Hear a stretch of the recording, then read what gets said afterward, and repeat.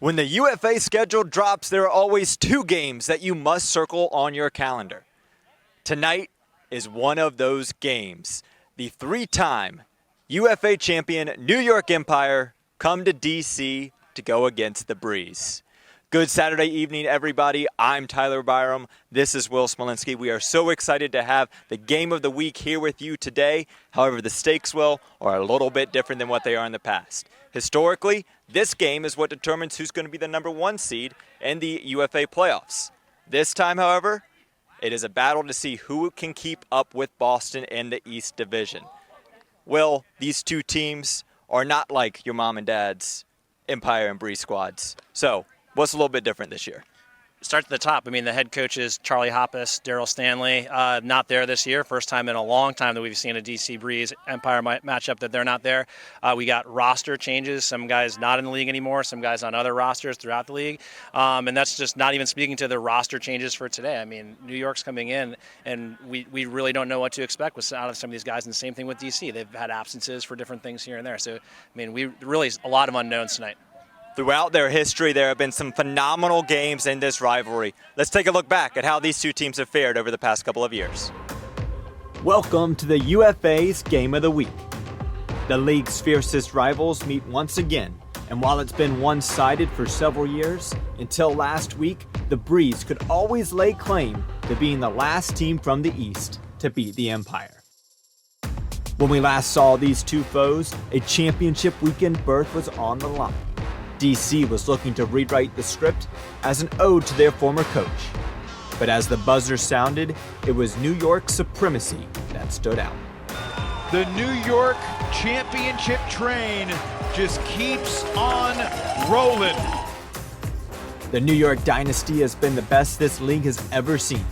3 championships in 4 years, a record 31-game winning streak.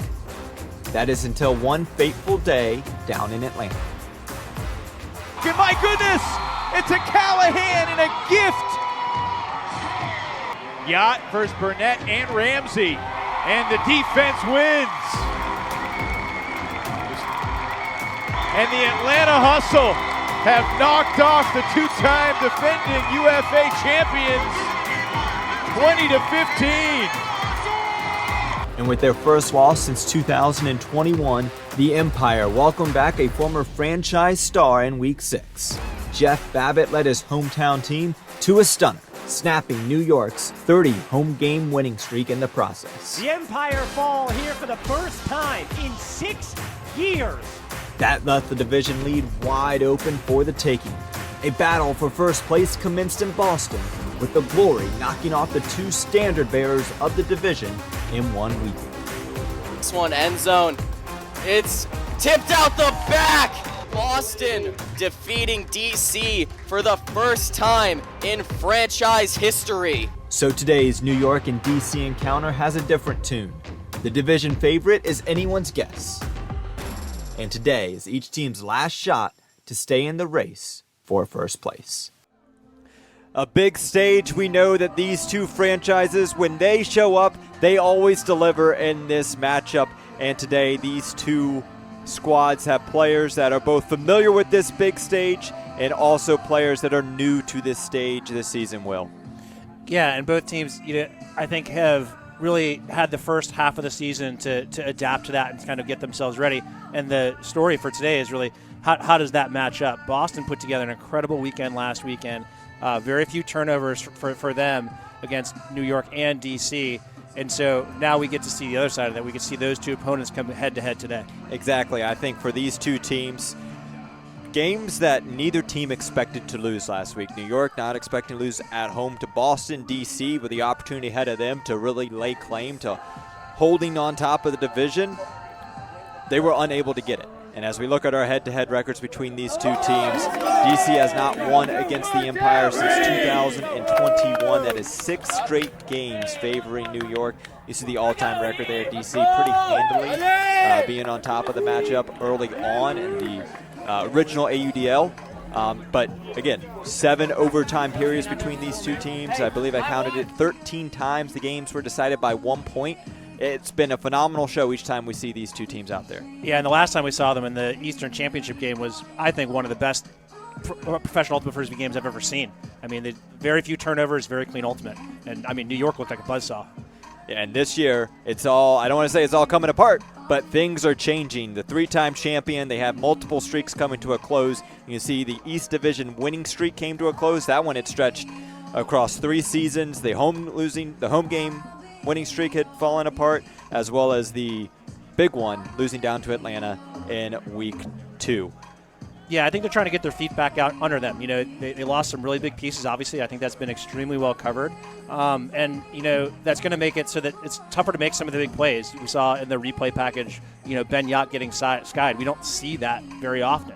And plays like that are the difference in close games, just like they had against Boston and just like they had for a large part of the game against Atlanta.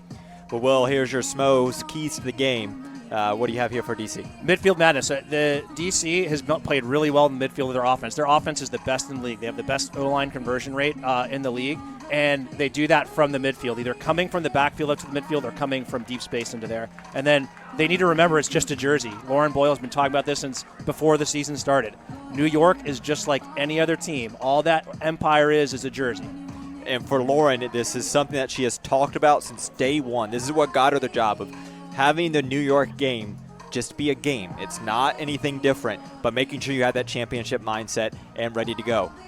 Your keys for New York. And so I think New York looks really good when they grind, when they hustle, and when they really try to work hard to get to the spaces they need to get to, either by getting the Frisbee there or getting their bodies there, and then finish the play when they do get there.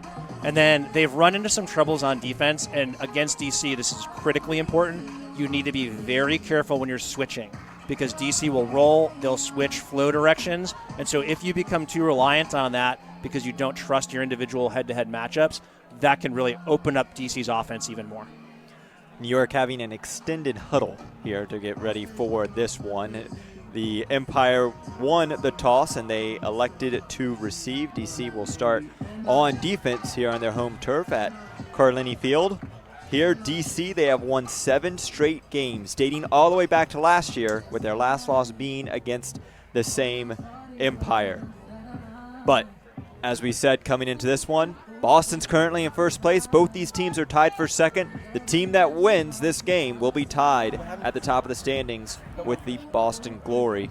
As we get ahead to look at our players to watch for today, you see on the right side of your screen Johnny Malks playing with Team USA this season. And just this season, we've seen him really evolve into that elite true hybrid that DC is hoping to kind of pull out of him. And you can see there the completion percentage. He's Mr. Consistency, and he's still doing that. And he leads the team in scores per game. He's both throwing and catching goals. And his give and goes, I think, have been really crucial, which is why his throwing and receiving yards are really well balanced. And just with him, it's all about having that consistency on offense, kind of being that quarterback in multiple different ways. If the handlers are playing well, he's able to move downfield and attack and put them at different levels. If the team is kind of struggling in that department, he can step up.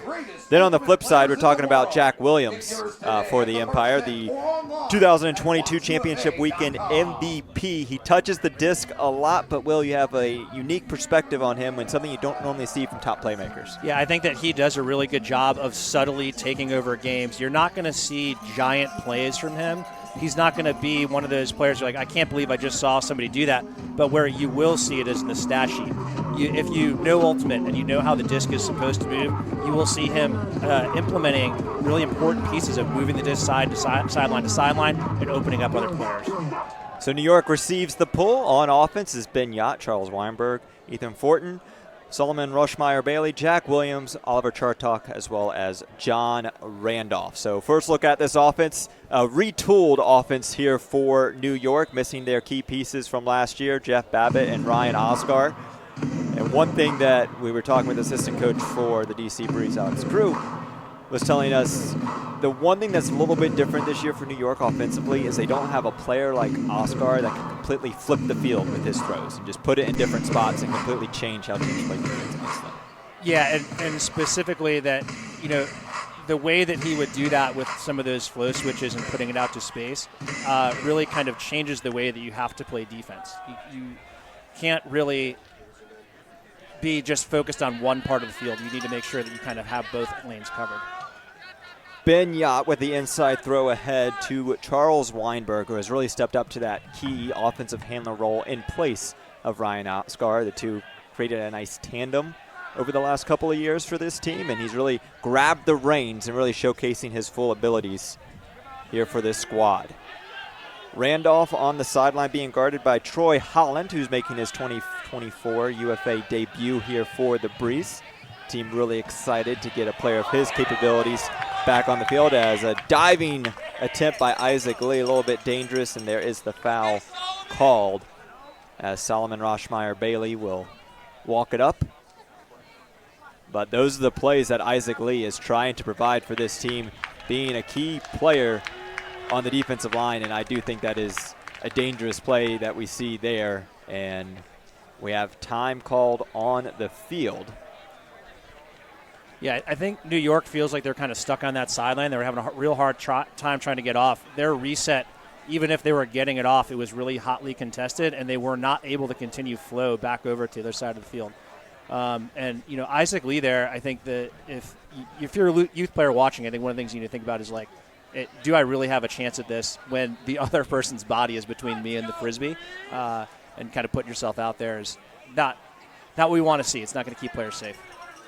So time was called by New York, and I mean, Will, you kind of have to weigh the pros and the cons. We're only a minute and 38 seconds into this game, and New York's already down a timeout in the first half. Yeah, I mean, they did look stuck for sure. I question how important the first point is, and you know, if New York thinks that that's when they need to take it because they have that many problems, then you got to take it. Fix it while you can. So off the timeout, disc picked up by Rushmeyer Bailey. Has to get off an up line with a high stall. As David Bloodgood's on the mark. Ahead one more to Oliver Chartok. Chartok marked by Edmonds. He might have got a hand on that as it's high and floaty and reeled in by Randolph. Another player from New York that's really stepped up, a predominant D-line player for Empire and Pony, and really showcasing his offensive skills for what has been a stout unit through the years. Weinberg, low throw, and that one's way too low in the turf. And DC's D-line will get a chance at a break here right from the jump. Charles Weinberg there on that throw, just a little bit too far out to space. We don't really see too many turnovers from him. He's been one of the better players for New York and kind of filling some of the gaps they needed in their roster. Risky throw by Jasper Tom. He may have been running out of time, but able to get it completed to David Bloodgood. One of the statesmen of this team, able to sprawl on the ground and make that grab. We mentioned New York calling their early timeout. Is this DC's chance to maybe get that early break? We know how crucial they are. But no time here. Thomas Edmonds to the end zone. And a goal for the Breeze. Cole Jurek gets things started with the break for the DC squad. DC has really struggled so far this season to create turnovers. So for them to get all that pressure, so much pressure that New York feels like they need to call a timeout. And then as soon as they finally do get all the way over to this side of the field, the forehand side of the field, to turf one of those throws, DC's got to feel really good about that because they're applying pressure. They've had a couple close plays. That's a really good sign for DC. You're seeing Cole Jurek cross over to the D-line. He is the top player on the team in terms of points played per game. Not only that, he crosses over all the time. You never know he's going to be on offense, if he's going to be on defense. If timeout is called, you know Coach Lauren Boyle is going to sub him on as soon as she can. And that's just because of his abilities and really showing what he can do, especially in the downfield space. We always knew he was a great underneath cutter, but what he's been able to do downfield has really kind of revolutionized what DC's been able to do on offense. And Anthony Nunez and I had talked about that over the last couple of years, about when do we start changing the way we sub to be more like a single game format. It's really neat that Lauren Boyle is kind of using him and some other players on DC to experiment with that. So a lot of the same players out here for DC. They're looking for another break. New York able to keep a majority of their lineup out there as well. Chartok, as it's just Oliver here today, not Elliott. As both brothers playing for this New York team. Nice throw by Fortin. Able to get it back to the middle. Hilly playing on this line for the Breeze. Playing in just his fourth game this season. open, deep, long throw to Chartok, but we had a whistle. I thought we did, but only a few players on the field recognized at the time. And that's for Luke Rafis kind of coming up the back there. And this is one of those where, as an offensive player, you couldn't put your hand up and let us have that chance at that one. Yeah, continuation rules a little bit different here in the Ultimate Frisbee Association. Weinberg with a nice high around break, and then Weinberg goes down and is grabbing his left ankle. That would be tough for New York if that is a significant injury. Yeah, he's the most balanced player on their team. He does a little bit of everything, and statistically, his numbers kind of jump off the page when you kind of take a look at what he has been able to contribute so far this year. He's finding the end zone quite a bit. He's He's really racking up the yards per game. He's number one with 411. And even though he's like in the middle of the range for scoring, what he does in the midfield, kind of where they're at right now, is critical for them. But he will stay on, so Luke Rafis calling for the injury for him and will allow Weinberg to stay out on the field. Already 4 minutes and 20 seconds into this game, DC with a break being the only point we've had so far. Upline to Randolph, marked by Reese Bergeron. Healy comes in for the double team. Chartok gets the reset. Back to Randolph, always showcasing his quick speed. DC trying to trade him off. He's trying to jump in the end zone, just a little shy. Jumps around like a scarecrow and able to get it around to Ethan Fortin as New York gets a hold on their second chance. And again, you can see New York kind of being stuck on that far side of the field. This nice little flow continue here. He's going to just wait for the cutter to clear the shadow of the mark and then sneak it in there. I think that is called back. It's called back for a travel. So it's called back, but the result is still the same. Apologies that we missed that one there for you, but Jack Williams able to get the final punch in there for the Empire. And, Jack doing what he does, like in situations like that where you got a little bit of confusion on the field and it's time, you're not really sure if he scored or not, just trusting that one of your superstars is going to come out and make the play that needs to be made. I think it's a good spot for him to be in. I want to chat a little bit about John Randolph there for the Empire, another one of the Team USA players that's going to be competing down in Australia later this summer. Third season on the Empire, and really one of those young players that several years ago he kind of burst onto the scene and everyone was just so excited with what he was able to bring in his athleticism. But in his fifth season out of Brown, he has, as you saw there, kind of taken control of the offense and just being that quick reset guy that can get quick throws off and kind of take advantage of some short movement and small disk space. And we're used to seeing it on the D-line, though. When New York gets a turn, he's kind of the one that runs their D-line offense. And so, to me, that's a sign that, they really didn't like the way their offense looked in the first possession, so they wanted to put him out there to kind of settle things down. Here's the DCO line, and Johnny Malks ripping one to the end zone to none other than Elliot Bonet. Bonet 2 yards short, but a nice easy float to Jacques Nissen, and the Breeze with a rare huck attempt and completion get a clean and quick hold. Kind of the juxtaposition from what we see from DC and New York in these early points, Will. And something we don't really see from Johnny Malks too often. So here, step out and throw the flick here. Nice far out to space for Elliott, who's just shy of the end zone. Nice little way to go up and get against one of the better defenders in the league, a local DC product, Antoine Davis there.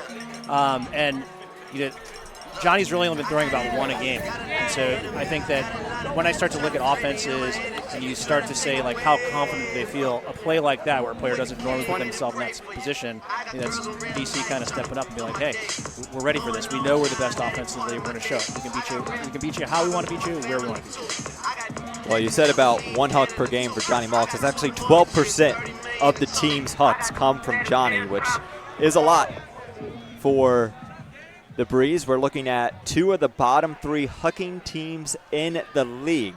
So while we'll see a lot of big plays and some key moments, don't expect as many aerial shots as we've been accustomed to see in this league. Quick reset there by Fort. Williams, nice around to break the mark, and they continue it. Solomon Rushmeyer-Bailey over to Weinberg, able to flip the field, and a nice grab. Oliver Chartok, the 25-year-old, going up in the air and seeing the most playing time of his career this season, able to get an early goal here for this Empire O-line. And you can see here, this is Charles Weinberg just kind of putting it out to space. That is the throw that we kind of talked about with Ryan Arskar that they need to have for their offense to work.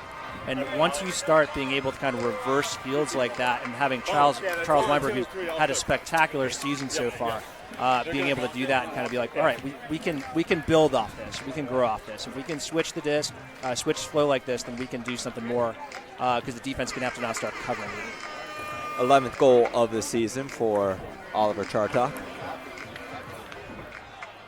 As that's the difference. If Weinberg can hit those shots, New York is in such a better groove offensively, and how he's able to find those opportunities too in the flow of the offense in a way that Ryan Oscar was able to do that. Really no one in the league has been able to match. Bonet on the sideline. Big around, it pops up.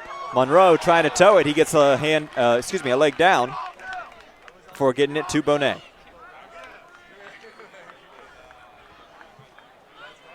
Bonet running the show here in the backfield. There's Cole Jurek one more time, faking a big downfield throw. Gets the inside. Mark was off balance before getting to Gus Norbaum. Made his return to the breeze this season. Andrew Roy with the sneaky little up line, creating the space deep in the backfield. But a foul is called against New York, and DC will walk it up 10 yards. Monroe. Disc popping a little bit here on this backhand side. Jurek back to Monroe. And one thing that DC just does effectively so well is attacking the middle of the field. They're just able to find those options that other teams are not. Norbaum was looking for the end zone. Shook off a couple of cuts. Now it's McDonald to Monroe. McDonald goes up line, calling for it. It's a little floaty, and it's too high. Too much edge there from the throw by Tyler Monroe, and now New York has a chance to get their break back.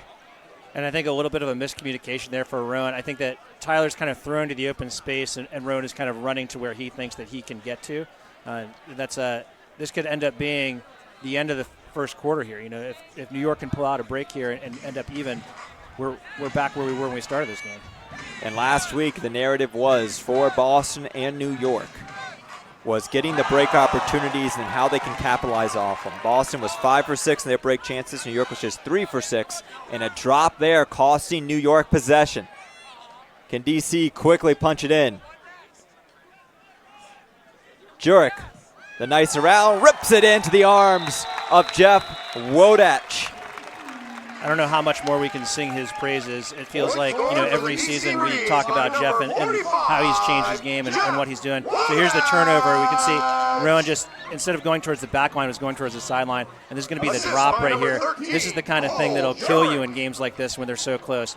But you can see Jeff Wodach just finding the open space, knowing that they're giving him so much to the other side that all he needs to do is kind of sneak over.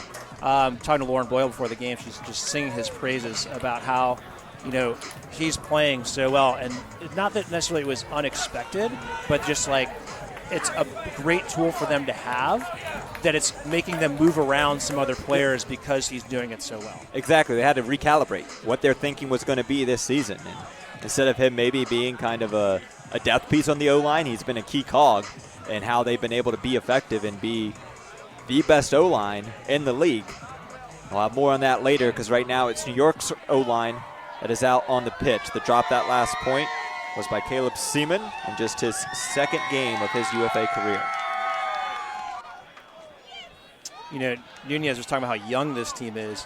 They have, you know, so many players under the age of 26. About half of their roster is under the age of 26. And Ethan Fortin was trying to chase that disc, but rough turnover there for New York. Uncharacteristic for them. Another chance for a break by the Breeze.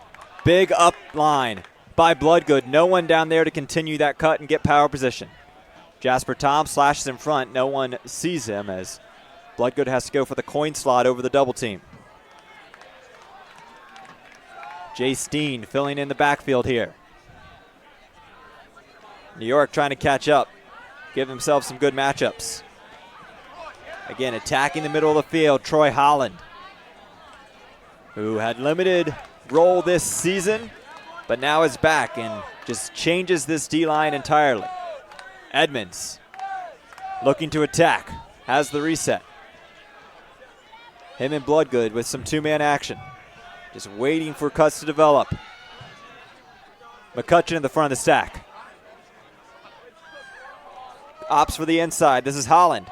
Holland has a double team, slides through it, and another break for the Breeze. Charlie McCutcheon skirts free, and DC has doubled up the Empire 4-2. Nice, slow, and patient offense, really finding the open player. Here, this is going to be the turnover. Jackson's going to send this a little bit too far into the end zone and just doesn't quite catch the edge that he needs to get it to complete the pass. And then here we have Troy. You're going to see him kind of just sneak under between, just kind of fall down, keeping his pivot. But that D-line offensive point for DC is solid because they're finding the open player even through the double teams, which is something they've struggled with through the years, but also they're eating time off the clock. And so, I mean, so far, we've only had 6 points scored in this game, and we're only 2 minutes left in the first quarter. Yeah, for DC, a lot of reps for their D-line. As you look at those break chances, it's technically 2 for 4, as the 5th point will be coming out here for the Breeze. As Merriman rips the pull down, and the Breeze trying to maintain control here in this first quarter. Minute 56 to go. Yacht versus Merriman, and Yacht rips a backhand into the end zone. Healy is chasing, but going up is Chartok. Another one for Oliver Chartok. And a big throw from Ben Yacht. I think that him coming over into the flat over onto this side and then sending it back towards the center of the field with a nice flat throw. This is a good offensive reset here. We're having trouble resetting the disc, so let's just send it downfield. We got a matchup that we kind of like, and we're just going to kind of see what happens, because even if we get a turnover here, at least we're not messing up our reset. Yeah, for Ben Yacht, that was an MVP level play that we saw for him. Last week, 2 crucial turns against the Boston Glory. He had a big stat line, 6 goals, 2 assists, but those 2 turnovers stuck out like a sore thumb. And this season, if you looked at the 2 losses against Atlanta and Boston, both those defenses really challenged New York to go downfield. And if Ben Yacht's able to find throws like that and spread the field, those openings will be there against the other good teams. Yeah, I think it shows that the depth that New York had in years past with Lithio there and Oscar there, being able to, and Babbitt obviously, to be able to work the disc downfield. Roller pull by Marquez Brownlee as New York tried to get a quick trap, and then 2 upside down throws completely flipped the field. New York trying to stay in this junk look before now they fall into person defense. Wodach to McDonald. The number 1 and number 2 goal scorers and assist throwers in Breeze history with some 2-man action. Up in front to Norbaum. He is inches short of the goal line. Goes for the reset to Monroe. Another strength of the Breeze is their end zone offense, and then a missed turnover there for the Breeze. Trying to slip one through to Johnny and just missed the mark. Another break chance for New York. Can they capitalize? 35 seconds left. New York already has used one of their timeouts. Expect this line to stay on here for the Empire, or will Anthony Nunez call it, especially with 20 seconds left? They need one here. I doubt it. I think that for them, keeping DC out of the end zone is going to be what they're going for here. And you're going to start to see Marquez Brownlee, Antoine Davis start heading to the end zone. Marquez does have some pretty good throws, so maybe they want to use his length to get around the mark. 6 seconds, 5 seconds, to the end zone we go. 2 Breeze defenders are there. McDonald knocked away by Malks, and it was trying to target Matthias Ling there in the end zone. But that is how the first quarter comes to a close. DC had a chance to capitalize on their 2 breaks, but at the end, an end zone turnover keeps it a 1-score game. What do you think for the first quarter? Where I think a little nerves there for both sides. Yeah, and when, especially, that timeout call in the first possession where you've only accumulated maybe 10 throws and seeing some frustration there. But even this Elliott Bonet catch is great with Antoine. But even I think that last possession for New York, kind of showing a little bit how flustered they are. You have two great deep receivers. Send at least one of them to the end zone. You have Antoine Dace, you have Marquez Brownlee. Sure, Marquez, you want to send it, that's fine, but then you need to get Antoine to the end zone. And that was an exciting first quarter for these two teams. Another good one in DC. The Breeze on top by one after one.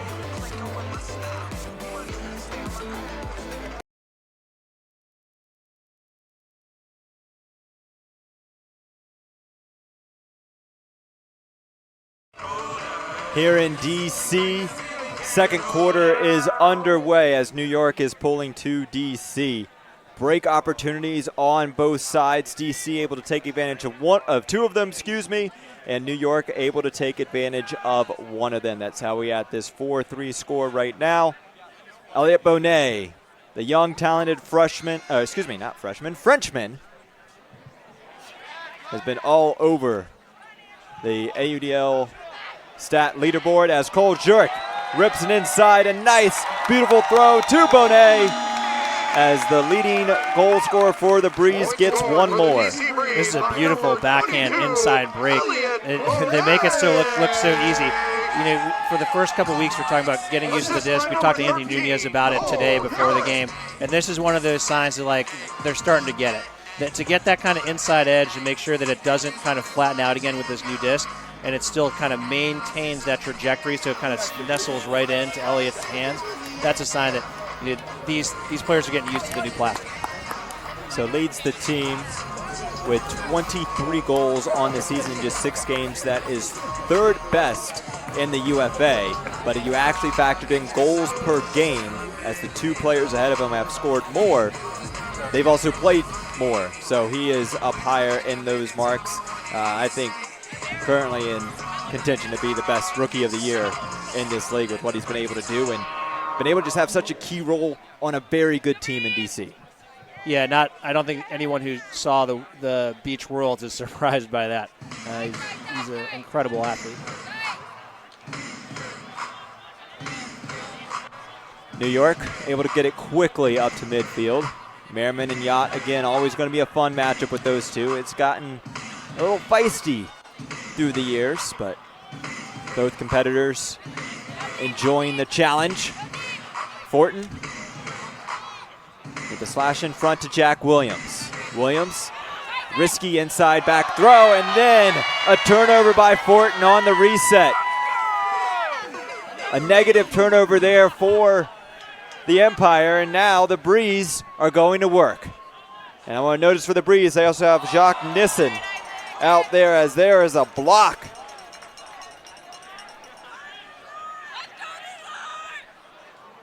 As Lee just drops the disc and gives it right back to the Empire. Both teams trading turnovers here at Carlini Field. You can see New York hesitant to let that go as somebody streaking, Ben Yacht streaking deep. Going open. again. Yep. And the high release, looking for a call, but he's not going to get it. Rushmeyer Bailey with the turnover, a collision, Empire players down. Everyone's trying to regroup, and we have a whistle. Foul is called, and I'd be intrigued to know which direction they call it on. They will call it against the Breeze. Yeah, I think what happened here is you have some incidental contact. You have an offensive player going downfield and a defensive player that's mostly standing still. Troy Holland with the disc. There's Nissen. One of those Breeze players that's going to be quick to cross over for Lauren Boyle's club. Holland weighing his options, and Edmonds just cut about 25 yards, was open the entire time, but gets the reset behind. Another whistle, and I believe it's going to be a pick called against DC. And this is one of those spots where DC might want to consider calling a timeout. They have 2 left, okay, but their D-line offense has done a really good job of eating away off the clock. And so I think this is one of those things for Xavier Maxtat and Lauren Boyle to kind of decide, when are we too stagnant? When are we taking up too much time? When do we think the offense really doesn't have a chance anymore? Continuation throw to Isaac Lee. New York's O-line doing a really good job of jamming up cuts and not providing many options in the underneath space for the Breeze. McCutcheon finds himself free. Good throw by Edmonds to get him there, and then he makes the up line. Gets a nice walk out of it up ahead to Troy Holland, and Troy Holland in his first game of the season finds the end zone, and the Breeze are up 6-3, another break for the home team. And this is one of those situations where, this is the drop by Isaac Lee right there, just bumbling it. And then I think this is going to be the turnover into the turf, where they're trying to change flow again. That up line right there from Thomas Edmonds is, I think, one of the reasons why that they like crossing people over. So Thomas Edmonds is one of those players that can play offensive defense. They're not really crossing Thomas Edmonds over too much. But Jacques Nissen also being in the backfield, which he was at that point, opens up the depth chart. And so now you have two people that can make that cut and then deliver that throw. And that's kind of the vision of Warren Boyle. It's like, let's use that. If we know that D-line offense is one of the things we struggle at, then let's solve it with personnel. And the O-line going to get a rare break today in the non-Frisbee sense, as they've only had 4 points of offense in this contest. New York's offense stumbling out of the gate a little bit. And we know with this Empire squad, they typically do a tight lineup. So the playing time numbers getting high for some of their key players. Randolph trying to gain as many yards as he can, and he takes his shot.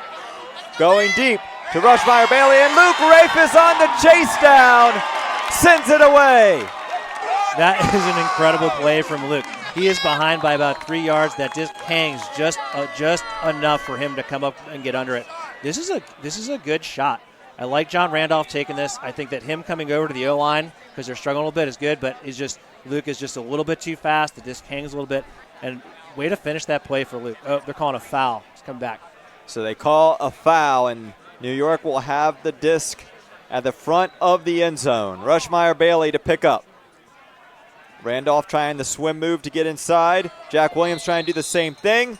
He gets the goal. Players collide, and is there a pick called? I believe, at least in the club scene, there would be one, and now there is one here. They will go back 10 yards. New York likes to activate real close to that double team on that front end zone set. Disc put over to Randolph. Randolph, quick give and go, and a nice job by Randolph to get the goal. A diving David Bloodgood couldn't do anything to thwart his attempt to catch that disc. 6-4 is now your score. Nice little flow switch here in the backfield. So this right here is going to be the turnover again. This is the foul. So let's see if we can take a look at it. We're going to see Luke Rafis make up all these yards, and it looks like they're going to get him on the body contact or maybe arm to arm. And then here we go, this little flow switch, and then back to the backhand side, little give and go action. And, kudos to John Randolph for getting out there and saying, you know what, we got this. Like, if you guys need me, I'm here. If the offense is struggling, I can be there for you. And for New York, having Randolph kind of be that initiator, especially in the end zone, is just so key for them to be able to punch in those opportunities. For years, they've been one of the top red zone teams in the league. But that's also because they had Jeff Babbitt and Ryan Oscar. Jeff Babbitt, probably the best end zone cutter in the league's history. Ryan Oscar, the best guy of finding space and hitting guys in open space. But still, without it, New York is third best in the UFA in terms of their red zone offense. That is 85.8%. And we're seeing that continue here today. What I like about John Randolph being brought over too is there's a psychology switch from D-line offense to O-line offense, and like D-line offensive guys are just used to taking more chances. So if you feel like your offense is getting gummed up, and you have a guy on your D-line offense that can produce, then put him out there. And Elliot Bonet, I believe, some knee-to-knee contact with Antoine Davis, and Davis not arguing with the call, going up, showing some sportsmanship there with Bonet. As we get back into the offense. Andrew Roy, back-to-back up lines, beating Brownlee. Bonet in the backfield, back to Roy. There's the switch. Is picking up Roy is Sam Jonas, the rookie. Roy just doing such a great job of making sure the disc no longer stays in his hand more than 2 seconds. Just quick give and go, always knowing when the disc is going on his next throw. And playing real horizontal, I think that, when Andrew Roy looks good is when he can move the offense sideways like that. Malks to Gus Norbaum. Oh, and that one came off the hand. Weird, didn't matter. Picked up there by Johnny Malks. Monroe fakes a big flick. Malks again. Doesn't have a mark. Ling steps in. Oh, and a diving block by Davis. Antoine Davis showing his closing speed and getting a big block for New York. They're sending it to him here. Andrew Roy to help. Davis has the space, the box out, and the goal. What a bookends for Antoine Davis. And, he has been doing that for so long. I coached Antoine Davis in high school, and I've been seeing him do that since he was like 15 or 16 years old. And being able to kind of come underneath on this block, there's Johnny saving that disc. I'm not used to him with a beard. And then we're going to see him right here. He's going to come through on Elliott, just underneath, full extension. And then you'll see he does a good job here of getting his timing right. And then he starts to go. This is a matchup that New York loves. Antoine Davis on Andrew Roy deep in the end zone. That's something it happened on accident, but if you see that, definitely throw that. 8th season of his UFA career. You mentioned he's bounced around the league. He was a former member of the DC Breeze way back when. Played in San Francisco, played in San Jose. He's really found a home in New York with this Empire team and really giving them a nice dynamic player on the D-line that can provide you things that just simply you can't find everywhere. His speed alone, it is something that if you ever have a tryout and you see a guy who's that fast, they look that good running, is something that kind of sticks out to you. And I think why he's been able to kind of play on high-level teams and why he's been able to move around. And last year earned the championship weekend MVP, displaying exactly what we saw right there. Off of turns, being able to go and just attack and force O-line handlers to have to go and cover you, which we all know those O-line handlers don't necessarily like covering in the deep space. Yeah. And he can play offense, too. He played offense down in Atlanta. Virginia Tech, who he helped. He was one of the players that helped them go to nationals the year they went to nationals. He really can do it all. For him, that's just his 3rd goal of the season, 6th block of the year as well. Another player that will be competing for the Team USA Open squad down on the Gold Coast of Australia. So, another break for New York, staying within arm's reach.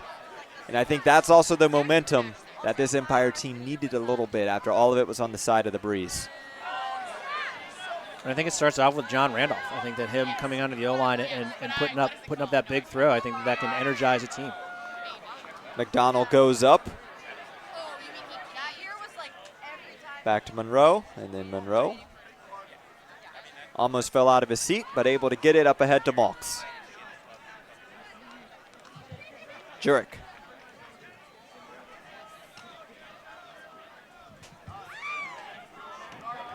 Walked on by Norbaum. The continuation to Monroe. His defender fell down, but Tyler Monroe able to get another goal for the Breeze. Tyler having kind of a quiet night tonight. We haven't really seen too much of him so far. And being able to get open in the end zone here with a nice little up line. So we'll see. Jacques going to put this up, and we'll just see Gus step out and throw it. And, that could be 10 yards further out. He's got so much space out there for Gus to put the Frisbee out to.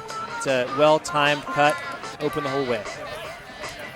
And one thing really underrated about Tyler Monroe's game, as you see his throwing and receiving yards, pretty balanced. That's what his entire career has been. He's one of those true hybrids that can make plays with the disc in his hand. He can make plays receiving both down the field and in the underneath space.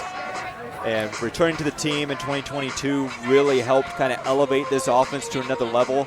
And he's just one of those connectors that gets the disc from the backfield down into the deep space and really finds those kind of opportunities that not every player can give you, but when you need an opening, Tyler Monroe is there to get it for you.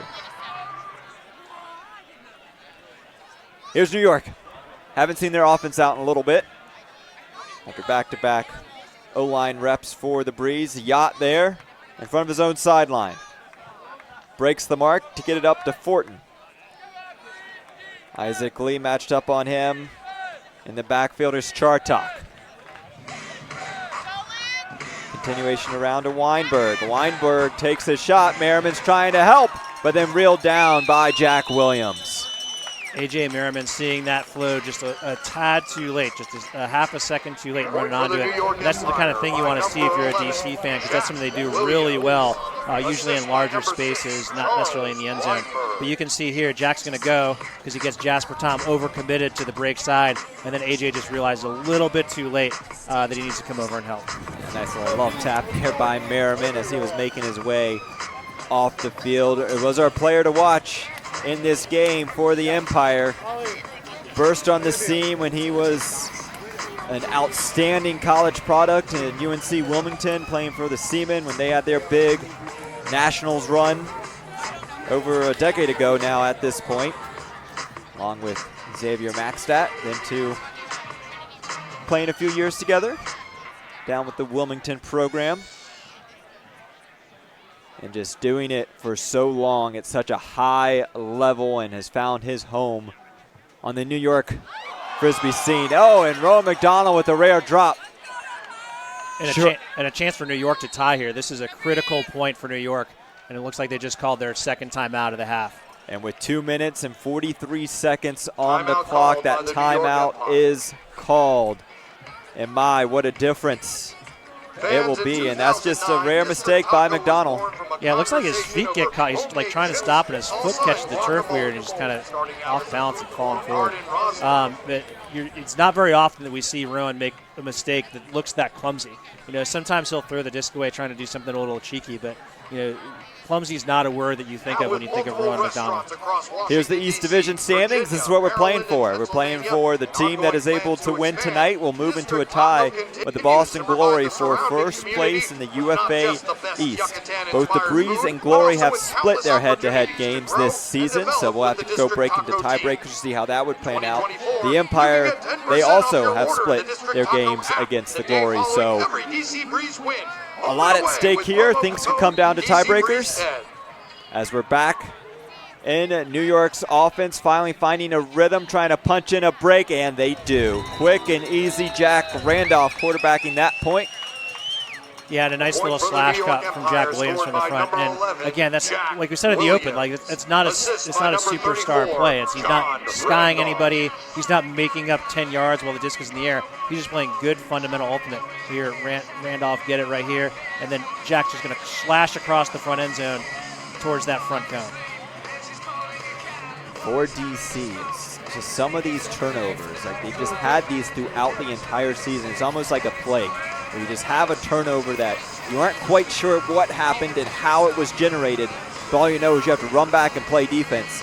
And in the Boston game, those turnovers were the difference in that contest against New York. Historically, those turnovers have been the difference in the contest. And right now, that was the difference, potentially in DC going into the half with the lead, and now keeping it even, or even just a one-score game. Yeah, and the way DC got there was capitalizing on drops just like that. So it's one of those games where, you know, when the disc is bouncing your way, it feels great, but when it's bouncing off the turf and it's supposed to be in your hands, it doesn't feel so good.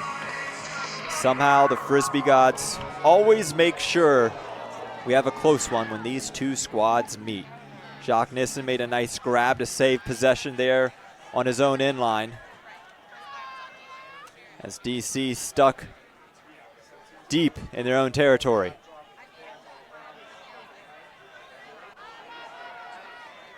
Wodach catches the hammer. The big swing by Jurek, and he's trying to find a spot to Bonet, and it's too far in front. And read really well by New York in making sure that the mark wasn't the important part. That should have been checked down. Elliott can have come back in that underspace, or he could have kept extending and let somebody else do it. But with no mark on, and you're almost in the red zone, that could be a critical error here. I mean, this could be, if New York can punch us in and DC's down going into half, that could be the reason. And just like at the end of the first quarter, a chance for New York to wind the clock down and not give DC a chance to score another. New York currently on a 4-1 scoring run here against the Breeze. They could make it 5-1 if they punch it in before the half. Matt Labar, the James Madison product, gets that big under on Jurek. Davis finds his man, Axel Agami, who head coach Anthony Nunez said is his current favorite player to coach on the squad this season. Brownlee, fake to flick downfield. Labar with 50 seconds to go. Flips the side of the field, and that one too high. And again, one of those throws that Ryan Oscar, if he was out there, that's the situation you want him in. Lithio, something that can change the field on a long scale like that. And timeout is called here by DC. Timeout, DC Breeze. Can't take them into the half, so might as well use them and give the O-line a little bit of a break. Looks like we may have some players switching over for DC as well, as the O-line's been playing a lot here in the last couple points. And we'll get a chance to see now if DC really is Time Lords. In her pre-interview last week when Toronto was down, joking around with Lauren and Xavier Maxtad about how, and Alex Cree about how they're Time Lords. They've been working really hard on their end-of-quarter situations and managing the clock in these specific spots. So this would be a good chance for us to see, has that work paid off against a team who's traditionally been excellent in this situation, on both sides of this, in both scoring and in preventing the other team to score. Here's the turnover. Labar trying to find Liam Haberfield. And just in that situation, that's not the look. How tight this game has been, you're on the D-line, you have a chance to kind of wind the clock. You're fine waiting and taking your time.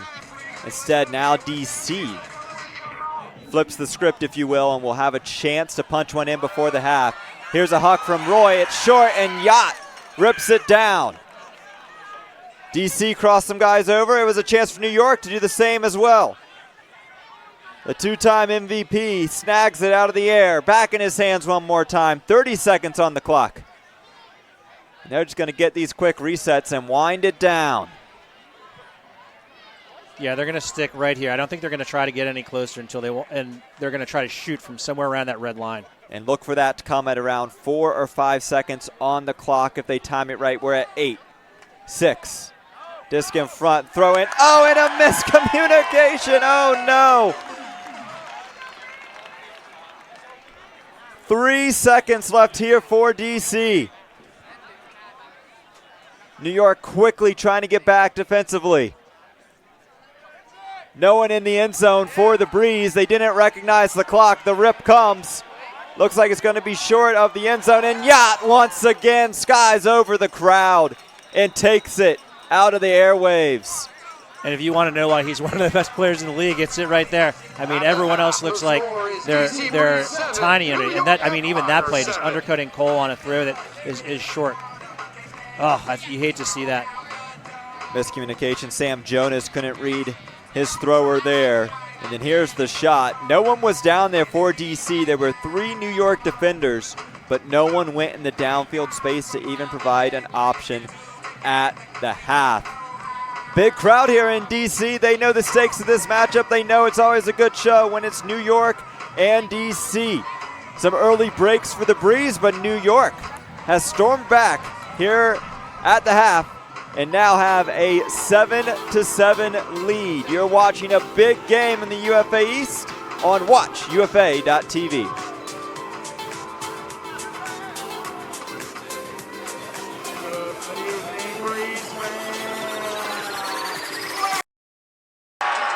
Will Smolinski down on the field with Lauren Boyle, head coach of the DC Breeze. Lauren, you got New York to take a timeout on their first possession. Is that you guys executing the game plan? Yeah, this week we were rained out on Wednesday, so we took a lot of time talking about disciplined defense, how we can put people in small boxes and really narrow down where they could go, and you saw our defensive discipline on display in that point. Yeah, I mean, the tension was, from the booth, it was obvious. What are we going to see in the second half that shows you made the adjustments that you guys need to make? It's a tie game. You're basically starting 0-0. Well, New York is doing a great job making us play offense differently, so really we're just going to fight to play our offense like ourselves and play with more joy. We look like we're tense. I've never seen some of these plays that my offense is doing, so I'm excited to have my team back. Great. Thank you so much for your time. Good luck in the second half. All right, Will Smolinski here with Anthony Nunez, head coach of the New York Empire. DC put you in some tight spaces. The first possession, you had to call a timeout. What adjustments did you guys make? So we just talked about our spacing as a whole, being able to find those wider swings if we need to, or just attacking the little spaces. We're lucky that we have John and Jack both on the O-line who are fantastic give and go and attacking into like smaller lanes and smaller areas. Yeah, I think John Randolph has played exceptionally well, especially with some of the deep looks. You guys have come up with some big plays, especially defensively, on plays that could or would have been close to scoring. When we look towards the second half, what are we going to see that's going to show us that you guys are ready to take the game home? Yeah, I mean, we're a gritty defensive team right now. We have a bunch of players who are brand new who haven't really gotten a chance to play together, so we're just telling them, sell out, do what you got to do, and just try to get that block. Great. Thank you so much for your time. Good luck in the second half. At halftime, Youth Ultimate game happening here out on the field as a Youth Ultimate night here in the district. As we take a look at Ruffner's power rankings. As Salt Lake is at the top, Carolina, number 2, Boston being the top of the division, being there at 3rd place. But Washington and New York are both there within shouting range. And as DC and really this East Coast, if you include the Carolina Flyers, have been at the top of the sport the past several years. The question is, will a team like Salt Lake be able to break through and actually win a championship here in the UFA? So exciting times for the league as we take a look back at past champions. A lot of East Coast represented there between New York, Toronto, Philadelphia, and Raleigh. But those West Coast teams have quite the history of being able to put together huge championship runs in what could be a down year for the Empire, losing 2 former league MVPs. It's up for anyone's taking, including the threats in the East in Boston and DC. Yeah, and, talking to Nunez before the game about, the historical sports championship dynasties. You talk about the Celtics and just kind of like what it takes to do that. And, if you're going to try to win, 11 championships in 13 seasons or whatever it is, that there's going to be some times where you're not the dominant team in the league. And really, at the end of the day, what matters is, do you have a chance to actually play for that championship? And, and talking to him and kind of hearing what he had to say about what it was going to take to do that, they knew there were going to be some growing pains in games like this. They knew there were going to be some growing pains when teams play as well as Boston did last week with such a young roster. As in the background, we see our players to watch and the stats on your screen. Big first half for Jack Williams. But when he mentioned dynasties and what the Celtics were able to do and not being the best team in the league at that time, it also brings me to the point of the Empire on this perceived pedestal. It's like whenever you go to Cameron Indoor and you're playing against Duke, or whenever you go down to Alabama and play the Crimson Tide in football, or a couple years ago when you're in the NBA and going against the Golden State Warriors, you're always going to get the other team's best. Other teams want to show their best in those moments, and you're essentially playing a championship game for all 12 games of the season on top of the playoffs on that. So it's very hard, and it just makes what they did and the winning streak that they were on so much more impressive when you know that you're getting this high-level competition from D.C., you're getting it from Boston, we got it from Atlanta, Salt Lake, whoever it may be, you're getting it on a night-in, night-out basis. And they were up to the challenge, and now it's a new era for Empire Ultimate as we have a foul as Charles Weinberg was able to collect the disc with Charlie McCutcheon chasing him down. As New York's offense that really found a groove there late in the first half has actually been able to put together better offensive numbers than the Breeze. Yeah, that McCutcheon-Weinberg matchup, I mean, Nunez talks about a grindy team. That's a great grindy matchup right there. Weinberg with it again. Randolph calling for it, gets it away from Holland. It seems to be liking that Troy Holland matchup, trying to go every other here. Reset to Fortin. Randolph sized up what was happening downfield. Fortin with the high release flick to Weinberg, and Weinberg reverses the field. An open man on the far side. Easy throw for Charles Weinberg as Oliver Chartok has a hat trick for today. And way to find that space. New York's over on that backhand side. They're over on that backhand side. They're struggling to get to the center of the field. And Oliver Chartok just slowly but surely kind of edging over to that space and catches Thomas Edmonds here. You can see just a little bit too long of a leash. The difference between that being a play and that not being a play is about 6 feet. And, you can sneak that 6 feet in 2 seconds pretty quick as long as you're silent about it. And with those missing pieces for New York, of course, we talked about Babbitt and Oscar not being with the team this year. They're missing a lot of players here today as well. Mike and Ryan Drost, Sean Keegan, Elliot Chartok, Brenton Tan. Some key places on both lines. And for the Breeze, when they were trying to scheme for this game, they were kind of struggling and not knowing what to expect. They haven't seen these players and how they work in this offense. But one thing that they knew would be consistent is what Weinberg is able to do in filling in that role that Ryan Oscar left open, because he's been kind of hidden away behind what Oscar's talents were, and now he's being able to unleash it to his full potential. Yeah, missing Elliot Chartok to me was the jaw dropper when I saw that. I feel like he's played exceptionally well this season. DCO line, been a while for them since they've been able to punch in a score. Came all the way back with 3 minutes and 50 seconds left in the second quarter. Team with the best O-line conversion rate and hold percentage in the league. Struggling today with just a 36% O-line conversion rate. That means when the DC O-line gets the disc, they're only able to score 36% of the time without a turn. Monroe to McDonald. As there's a bit of contact, and oh no, a travel on McDonald. Typically don't see that called in the league too often on the slight change of direction there, but we'll lose 10 yards and we'll reset. Norbaum fighting for space. Monroe gets the coin slot pass from McDonald. Jurek working in front. And you see with DC, they're staying in that hoe stack when they get close to the end zone. Most teams transition to that skinny vertical in the middle. You have cuts from the back or the front. Sometimes you spread it out to the corners, but DC is staying 4 in front. And of course, as I say that, now they transition to that stack offense. Yeah, but the difference is here they expect a double team from New York, because almost every team in the league does that now. And left wide open in the back of the end zone.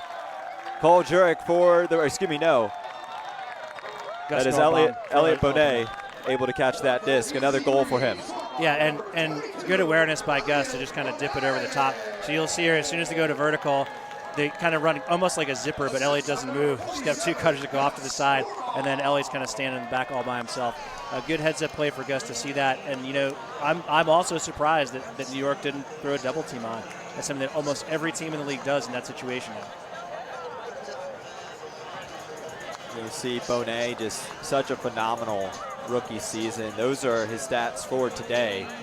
And the big thing for him is just how consistent he is with the disc, being able to fit right in with this offense. But not only consistent, but he also chooses at moments to take risk and to take those shots.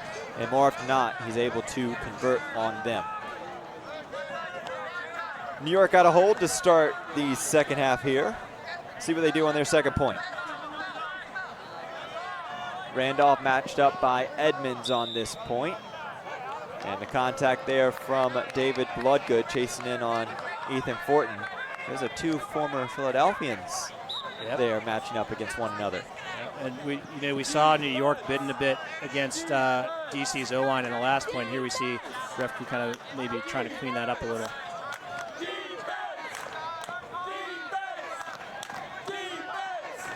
Randolph. Quick reset to Weinberg, and now Randolph trying to go to work. Disc at midfield. Quick little reset. Tom loses his balance. Back and chasing Rushmeyer Bailey. High stall. Randolph gets the break off. 8-8 game here in DC in the third quarter. Collision there between Troy Holland and his man Jack Williams as they tangled, and now It looked like for a second Holland's going to go back for a double team. Instead, they get the same cut, different guy. Oh, and a turnover by New York. DC with the first break chance of the second half.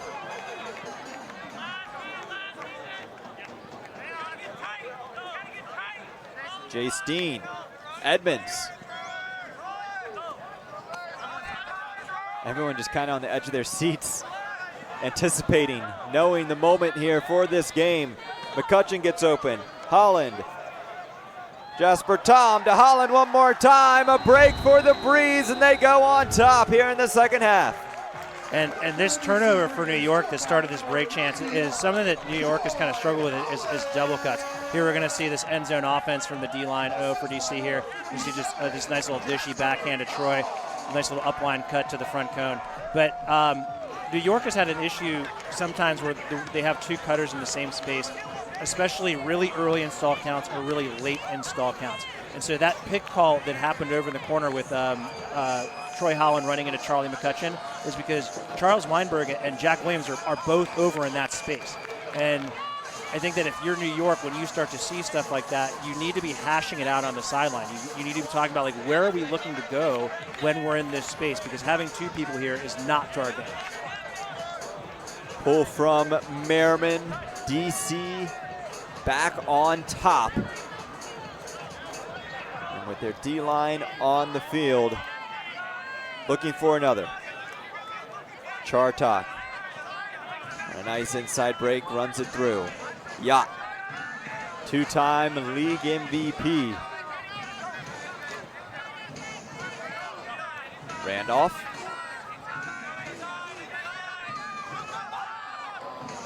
Reset to Weinberg, quick double team. Bloodgood taking on his own accord. Great job of recognizing the open man and Rushmeyer Bailey. Bloodgood trying to chase. Finally gets on him. Yacht as they look to reverse the field. Weinberg. Double comes in late, gets it away. Randolph now. A few cuts from New York. Be able to get the lone one to Williams. Here comes Randolph. And the Jack Williams to John Randolph connection is working here today for the Empire. And very patient. Everything from midfield after they kind of went over the top of the double team looks very patient. You can see this is just being beat to the cone. Getting kind of turned. As a defender, sometimes what happens is you kind of get turned around and then your feet are having trouble kind of catching up with where your momentum should be headed. And so the way that DC plays reset offense in those situations, if you start to see guys spinning like you just saw Reese Bergeron doing, that's usually a sign that, like, they didn't do a good job with their first assignment. Man, look at those stats by John Randolph. I don't know what to be more impressed with what we have, but 2 goals, 2 assists, 28 for 28, 225 throwing yards. Coming off a game against Boston where he played 16 points and had just 1 assist and 1 block and just 9 touches for his team. Playing on the O-line today and having a big moment. Actually came in today with 31 straight completions, so he is now at 59 straight. You math teacher, Will? No, that's not what you teach. No, not but yes, I think 59 is the math there.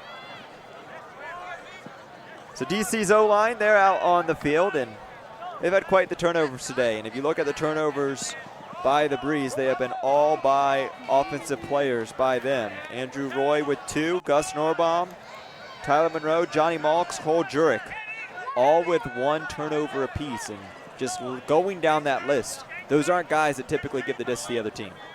No, not at all. And I think sometimes in uncharacteristic ways this evening too. And Antoine Davis with another block. And you can see him fired up right there, excited about, he knows that's a big time play. He got 1 on Elliot Bonet earlier, and for a moment he had 1 on Jacques Nissen, but I think we're going to have a foul called. Let's see here. I'm not sure. It looks like it's going to be New York's disc. Anton is standing over it in the end zone. I'm uncertain what the call is here. Yeah, but they will pause and have a conversation. Brad Tenney wearing the white hat there, tonight's official.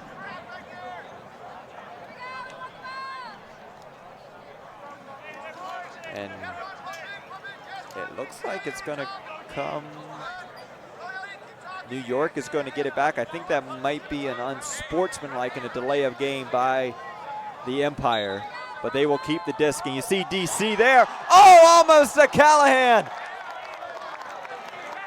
Off the hand of Cole Jurek.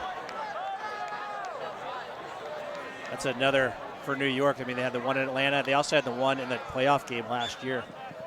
Johnny Malks drawing foul calls left and right, waiting for the whistle, finally gets one. But man, Cole Jurek, this place would have erupted if he was able to bring that one down. He's able to help the team get the goal. But man, that would have been such an exclamation point on how this game has gone. That's a long point for a long hold. And so, you know, we're here we are in the third quarter, and we're over halfway through. And you know, DC's offense there at times looks like it's flowing and it's going the way it should. But then, you know, a critical turnover where they're just kind of throwing the disc not quite far enough, and Antoine Davis just making a huge play to get that break chance. And then that's a tough spot to be in as a thrower, especially as a D-line thrower. You're kind of stuck in the corner of the end zone. There's lots of schemes that teams can play because the back line is kind of your 8th defender. And then you have the sideline on the other side is like a 9th defender. So not a lot of places you can go with that disc for New York.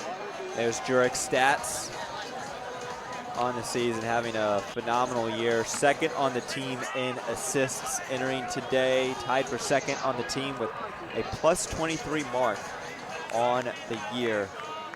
And he has had a few outstanding games, most notably that thriller against Philadelphia where he was able to bring in 6 goals. 10-9, DC on top.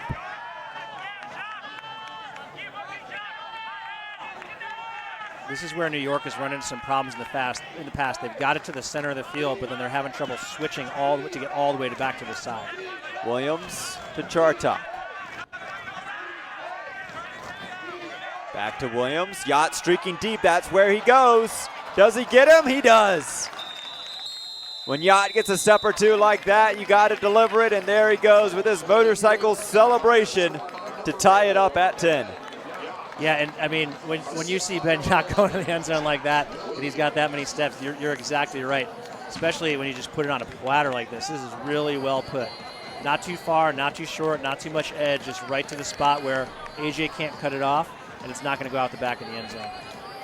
Another assist for Jack Williams. There's Ben Yacht, who's having himself both a big game and a quiet game at the same time. He's shown up in the big moments, but he's letting the other guys on the offense do all the hard work right now. He knows he has that big matchup with A.J. Merriman, so he kind of has to pick his moments. And over time, you get those steps like you did on that point and able to go downfield and find yourself in the end zone. So we're still tied at 10.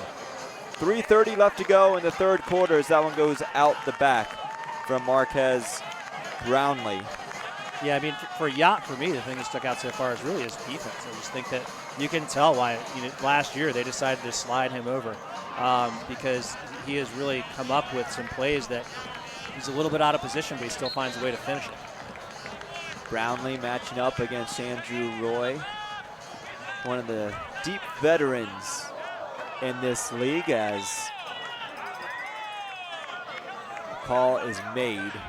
Otherwise, it would have been another turnover for DC's offense. And Elliott not stepping out on that back end. I really like to see him, and that's instead of going for the quick release, trying to get some space. Gets this one off cleanly to Norbaum as they continue the swing. Malks waiting for options. A nice underneath cut to McDonald. Norbaum spins around, double team comes. Here's a floaty backhand around. Tyler Monroe. I don't know how he got it, but he did. He's a big guy to go around. I mean, Tyler Monroe's not a guy you're going to move. Monroe. Now he's trying to switch fields. He puts this one out into space to Norbaum. 2 cutters there. Monroe. Wodach clearing back in. The cut from the front to Andrew Roy.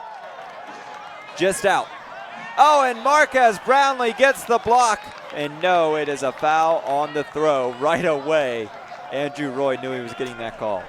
Marquez might be one of him and James Paul are really exciting in those situations where you have a thrower on the end zone cone and they're such long marks.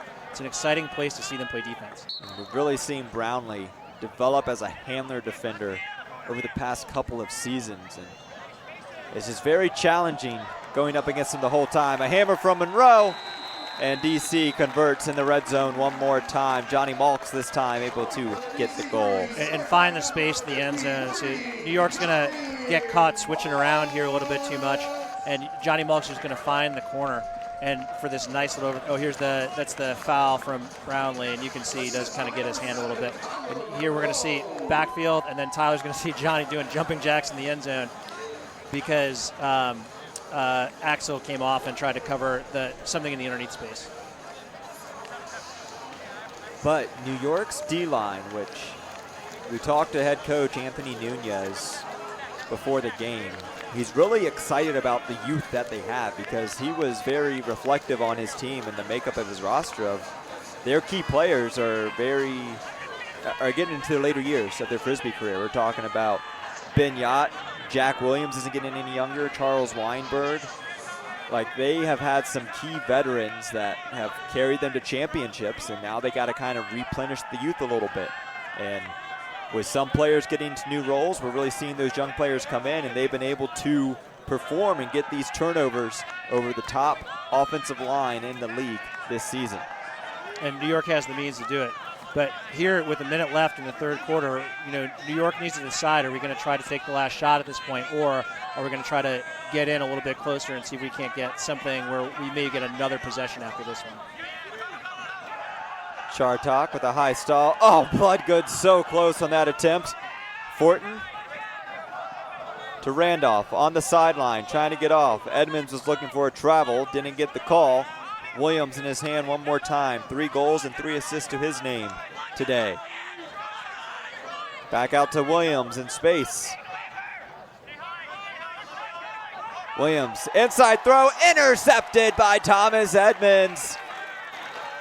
And I wonder if they know how much clock they have left. They only have about 15 seconds. It didn't matter. He was sending it anyway. 12 seconds going up. Oh, my goodness. Cole Jurek gets big, elevates the top floor, and gets DC another break. Talk about trusting a receiver. I mean, he's not just too deep when that throw goes up. He is way too deep. Usually when you set up a deep cut, you want to be maybe 20 yards closer to the thrower that you were than Cole was when that disc went up. And still 4 seconds on the clock here for New York, though, so they're going to have time for one more shot. This is the turnover we're going to see just come and snake across the front end zone line. That throw is just a little bit too long, and Thomas snips it out. And then we're going to see him. At that point, Cole, I think, ran 10 more yards deep after that throw is in the air. And that wasn't the intended receiver either. It was Jace Dean on a disc that floated just a little much. But Cole Jurek just absolutely an incredible play by him. 4 seconds. DC prevent defense here. They get one reset off. Everyone's chasing. Davis is in the area. Bonet goes up and gets the block to end the quarter. Roofs the empire there, and DC emphatically takes the lead at the end of the third. And Elliot Bonet does not make the big play at the end of the Boston game, but this is one right here that really does count. If somehow that disc flies over the top and New York can pull something off the other side, I mean, we're talking about a much different situation. And just making those plays as the outstanding rip by Williams. Beautiful float, enough time for your guys to kind of chase it down, but Bonet read it. It's one of the things at the end of quarters, teams have to plan for it in different ways, but as players you have to plan for it too. Because never in Ultimate do you have a chance where typically you are standing still trying to read a huck and you have 4 or 5 players coming at you full speed trying to make the same read that you are. It's just such a unique skill set. And Elliot Bonet, been the player of the year for the Breeze, making the play right there. DC on top after 3. Stay tuned for a fourth quarter when we come back on WatchUFA.tv.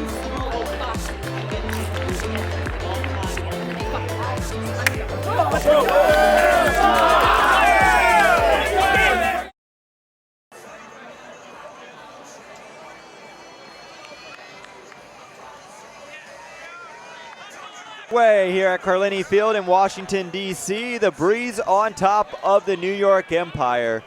12-10 to get things started in this final frame. DC's D-line has stepped up in a big way here in this second half. O-line cleaned things up. And now we're in for a show in these final 12 minutes. DC looking very comfortable coming out of the quarter. I think plays like that really add some confidence.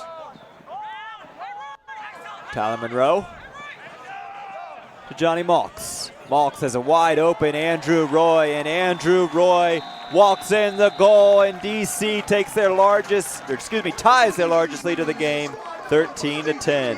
And doing it in a way that I think that they didn't look at all like they felt pressured. Even though there was some close defense, I don't think that DC really felt like they were under any pressure there.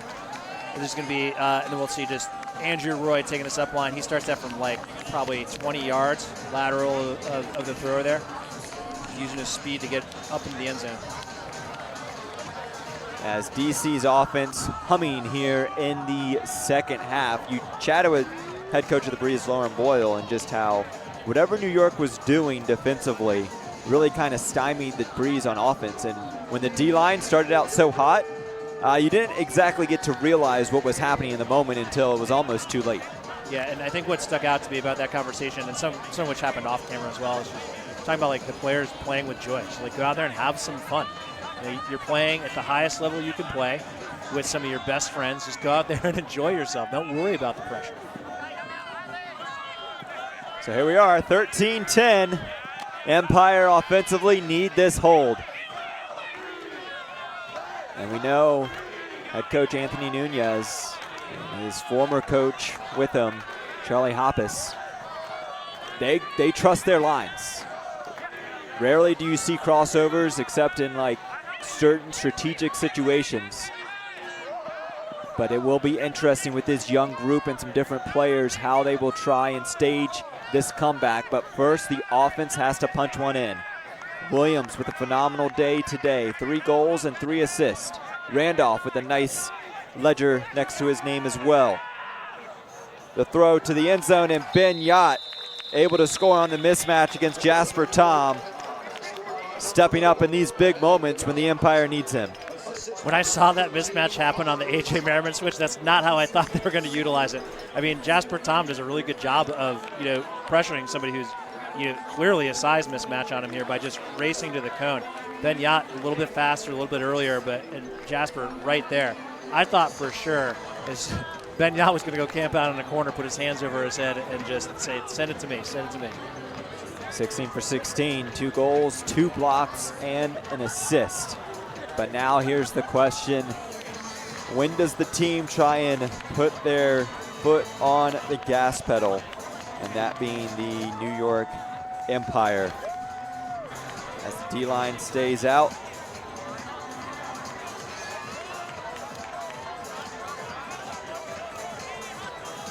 Picked up on the back line there by Johnny Malks.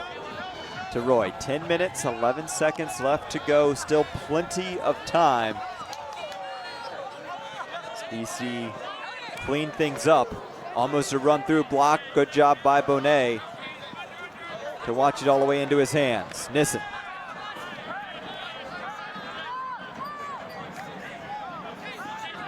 Bodach back to Malks. The hammer from Malks to Bonet.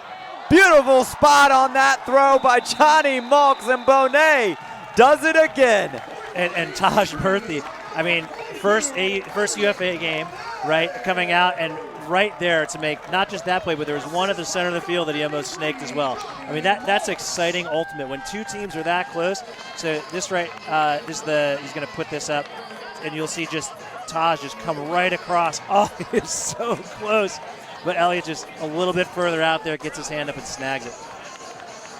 Bonet, another 3-goal game for him. He has Done it all season long for this team, just a whole different dynamic. Will, I'm curious if that one went down as a huck there for Malks, a hammer huck. But today, DC been on point for their deep looks. Big one there by Johnny and Bonet. And now, it's the umpire's turn. Big man downfield, off the hands of Chartok. Edmonds chased well, but Chartok was able to have a moment with it. And now DC, this is their time, maybe milk the clock. Let it happen. Your D-line's on. Let's try and tire the O-line for New York. They took a shot that they don't really take too often this year. And now time to make them pay. And I wonder if that's New York trying to speed up the game a little bit. And when we take a look at DC right now, this is when they want to start thinking about using their timeout. They've already taken about like 45 seconds to a minute off the clock. That's what you don't want to see. You want to bring the O-line out so that then you can have your chance for that extra break. Captain Reese Bergeron turfs the disc. And now it's New York trying to go right back. Williams.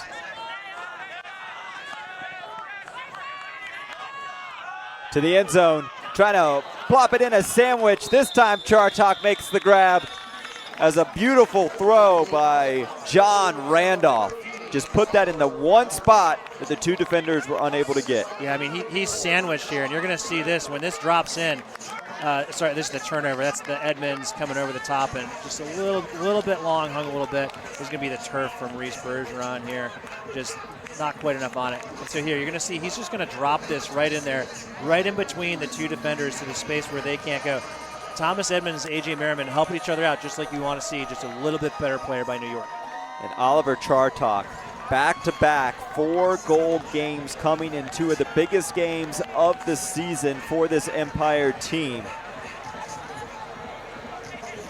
Having a great year for this Empire squad, stepping up into a bigger role on the offensive side of the disc.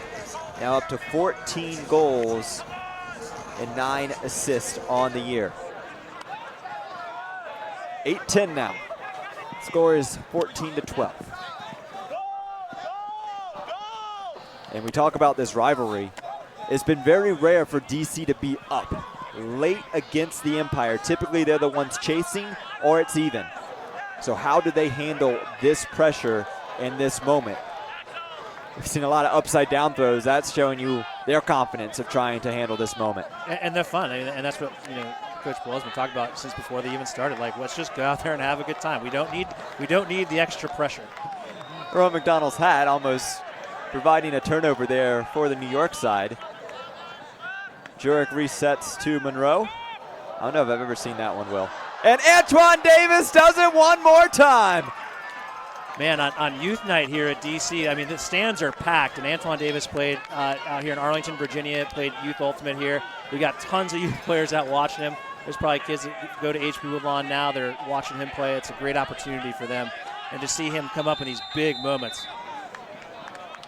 And timeout will be called by New York as they use one of their 2 with 7:05 left to go in this game. A chance to sub out their O-line as here's the red zone offense by DC. And that one just floats a little bit, and when you have that matchup where the Antoine Davis against pretty much anybody in the league, he always has a shot to go and send it away. And a little bit misplaced. I think, like they want that throw to be a little higher, maybe a little more edge to go around. But Antoine giving just the right amount of leash to go. Oh, and there in the front row, we have a Mr. Christian Boxley attending this game, one of the top O-line players for the Breeze last season. Coming out and supporting his local team. Going to be competing down at Worlds later this year. And it's just fun to watch. If you ever get a chance to watch Christian Boxley play, I just think that he plays in a way that I think is the future of the game. When we start to see how the game has developed through the years, I think Christian Boxley really is taking it to the next level, especially with the way he moves horizontally across the field. Break chance here for the Empire. On the day, they are 2 for 8. area I don't want to say struggled with, because they were able to have a 50% D-line conversion rate. As Yacht snags another one out of the air, this time over Jurek. He's open, a floaty disc. Oh, and chased down by David Bloodgood. Yacht went up early, so did Jurek. And then DC able to get the turn that they needed. I am really surprised that one didn't get called back. That looked like Bloodgood was taking right into Yacht's space and knocked him out of position to make the play. And now Bloodgood playing point guard for this team and this line. A jammed up offense right now, looking for options. Jurek with the disc in hand. And we need to remember, like, this is for the hold. This is a great spot for DC to call a timeout and get their offense back out there if they feel like the D-line can't get it in.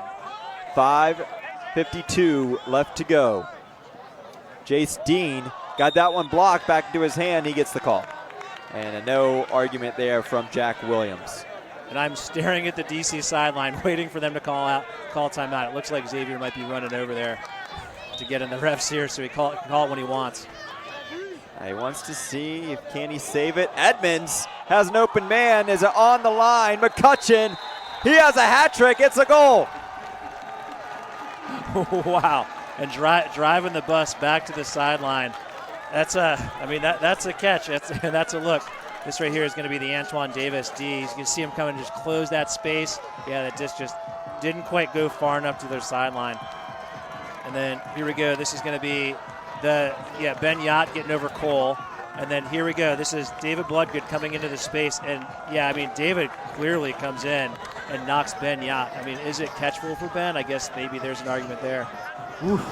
Way to toe the line, Charlie. That's an ugly throw, but an incredible grab. On one sideline, you have assistant coach Xavier Maxstad, who's in charge of timeout regulation on this team. And on the other sideline, you have Thomas Edmonds throwing a scuba into the back corner, forcing one of the smallest players on the field to toe the line and get the grab. And I know Thomas Edmonds is going to be like, Coach, you told us to have fun. Like, you told us to have a good time. What's less fun? What's more fun than that? As that one gets away from Rushmeyer Bailey, as Jack Williams, he makes the hard catches look easy. Able to track that one down, and now New York's grinding here on the break side. Yacht to Weinberg. Got to cover all sides of the field here. I was looking at Ethan Fortin there for a sec. As the home DC crowd chanting, "Beat New York." Throw finds it through to Fortin, and up ahead to Randolph for the goal. New York keeps it back within 2. New York, after we saw that Jack Williams catch that was really, really difficult. It's very impressive that he stuck that catch, kind of working it up. This little replay here of the goal, just kind of coming through. Nice little slide, a little skinny upline cut there.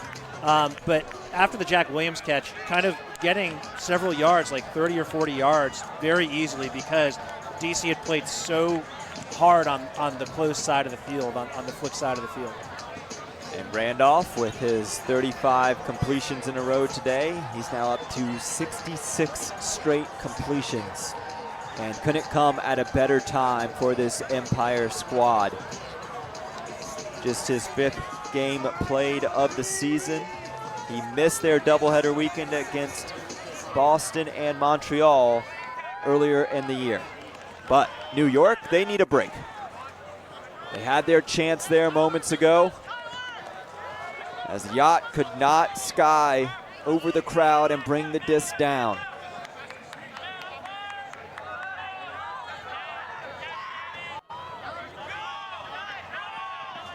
Malks matched up against Murphy. It floats up, and a turnover by DC. I didn't think he had much options. It was a high stall. It looks like Rowan might have called for an integrity there, maybe. It's unclear if the refs were trying to call something or what was happening, but Rowan okay with the call. Short field for the New York D-line. Brownlee has the disc. Resets to Matt Labar. Back to Brownlee. Labar. Them two working between each other. And Sam Jonas unable to get it. Jacques Nissen helping make the play, and then the timeout is called there by DC. Things getting a little frazzled. 3 minutes, 34 seconds left to go. Let's get the play call reset. And then here's the turnover by the Empire. They had their chances, and Jacques Nissen rejecting the reset to get it back for his squad. And you can see why they like him playing on both sides of the disc. You know, he's good heads-up play there. He's playing reset defense, but not only knows where his person is, but he's making sure he checks back to the disc.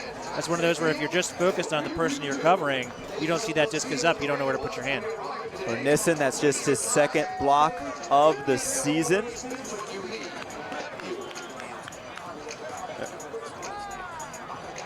Of course, Nissen, just a few weeks ago, fresh off a national championship for Brown, adding to the history of that historic program here at Ultimate. As Monroe able to survive the catch with contact. And now you're seeing a little bit of those crossover players. Jack Williams playing some defense here against the DCO line. And they pulled Ben Yacht to play against Cole Jurek. And he's done really well in that matchup so far today. We've seen Ben come up on the better side of that more often than not tonight. Jurek gets the around to Nissen. 3 minutes left to go in the game. DC nursing their 2-goal lead that they earned in the third quarter. A floater won by Malks, but Jurek tracks it down before Yacht can get there. Nissen. Cuts coming from the front. Great defense by New York at the front of the stack. Anticipating where each player's going. Plenty of time left here. DC is using the clock a little bit, but New York shouldn't be too concerned. Monroe, the scooper. Once again, it's Jurek.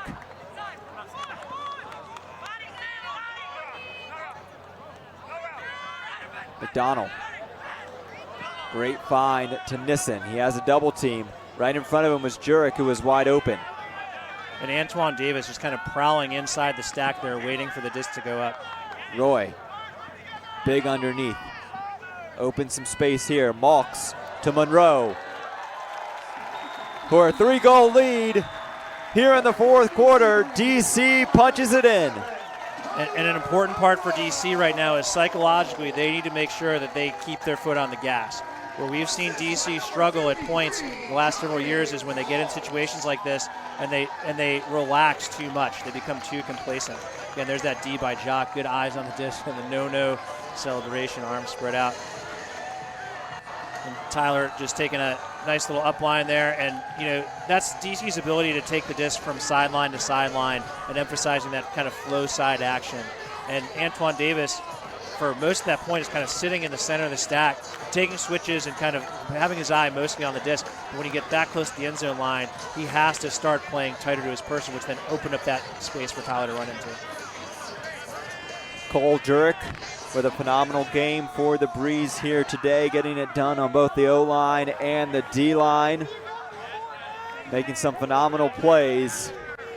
And now can the defense finish the job here for DC. 16-13 your score. Under 2 minutes to go. Diving save by Rushmeyer Bailey. That was incredible. I can't believe he caught that. Floaty up to Chartok. Randolph fakes the scooper. Back to Rushmeyer Bailey. Yacht just short, but the continue is there for Charles Weinberg. That may have been the best offensive point for New York here today. And you know, kind of playing more of DC style, kind of the back and forth. So we're going to see here just a little kind of flip and then just a little cut, continuation of the up line. And that's kind of something we're used to seeing DC do. I think the next question for New York is, you know, is this when you pull out something that you haven't shown all season? You know, is this where you try to run some sort of trap play on the sideline? DC's fell for that in the past. New York has a couple that they've used already in the season. Is there another wrinkle you could add into that to try to turn this into a 1-goal game? Huge crowd here in DC showing out. I know there's some empty seats, but you don't see the open space on the back left end zone and so many fans packed in at the front of the fence. And there you go, Will. the roller pull, trying to trap DC, but DC doing a great job of anticipating that. Roy getting it and then getting the disc to the center of the field. And I think the pull not going where they wanted. I don't think they executed the pull as well as they have in other games. And now the clock is not on New York's side. DC has the chance to really get it down and not give New York any chance, as there is a lot of contact between Randolph and Malks. As you see Malks coming in, a shoulder there from Randolph, and then it really took out the underbalance of Malks' weight. And Gus Norbahn had taken that time out before all that contact happened, and as you could kind of see in the replay there. But that's one of those things, like in Ultimate, we haven't really seen that too much. You know, if you try to play defense like that in tournament play, it's gonna be received differently. And I think that, you know, in this situation where we have two teams that play a very physical defense, you know, the refs need to be asking themselves a question like, when is this getting dangerous? You know, if we start seeing players that get knocked off their feet from the contact, they have a responsibility to start calling stuff. And with that timeout by New York, by DC, New York uses that opportunity to sub in Ben Yacht to go and play defense. 54 seconds. New York needs a turnover. DC here, now's the time where they can just play pitch and catch.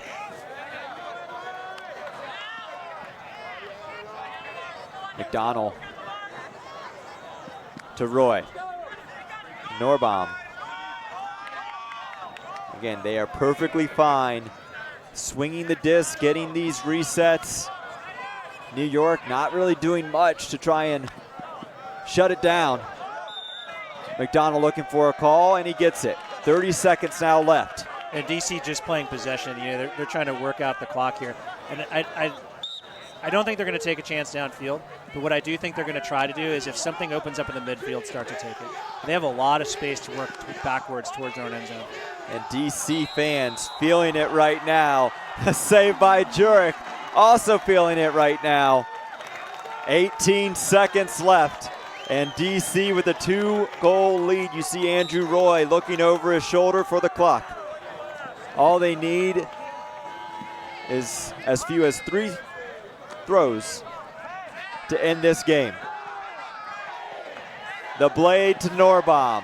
He has to get one throw off before it's over. There it is, into space. It doesn't matter if it's completed or not, because DC has knocked off the Empire once again at Carlini Field. They did it back in 2021, and they do it now, as the Breeze move into a tie for first place in the UFA East. It was a game that was filled with ebbs and flows.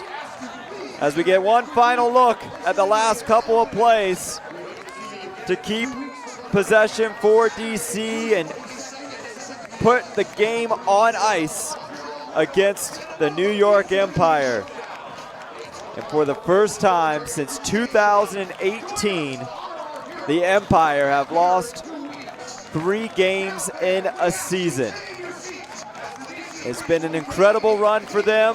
We've seen several streaks go down in the process. But the previous 4 seasons for them, they posted a 46-2 record. And now this year they fall to 4-3. It was Boston last week, and it was DC this week, as there is 2 new teams sitting atop the division for the first time in quite a long time. It is not the Empire. DC, great all-around game. We saw their offense respond to some adversity from the first half. Several turnovers by key players in that offensive unit. Andrew Roy had a pair, as well as Johnny Malks and Tyler Monroe. Guys we don't normally see throw turns. Elliot Bonet, Gus Norbaum, Cole Jurek. But in the second half, they cleaned it up. Will Smolinski down here on the field with Cole Jurek. Cole, New York has been a thing since you've been here. It's the first time you've been able to be on the breeze and beat the Empire. You're tied at halftime. Going into the third quarter, did you guys talk about that, or did you just do what Coach Boy asked you to do and just keep on playing? Well, Lauren's message for us has always been kind of just every game is the exact same. We just got to play as best as we can, no matter who we're playing against. But I think it was in the back of all our minds that I think we knew it was time to finally beat them. Yeah.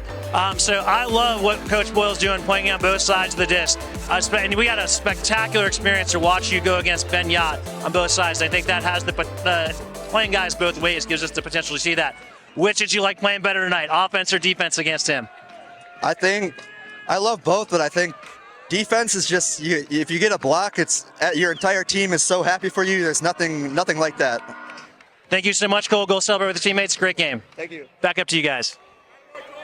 Thanks, Will. What a game it was for DC, kind of exercising their demons as the Breeze get a big win here at Carlini Field.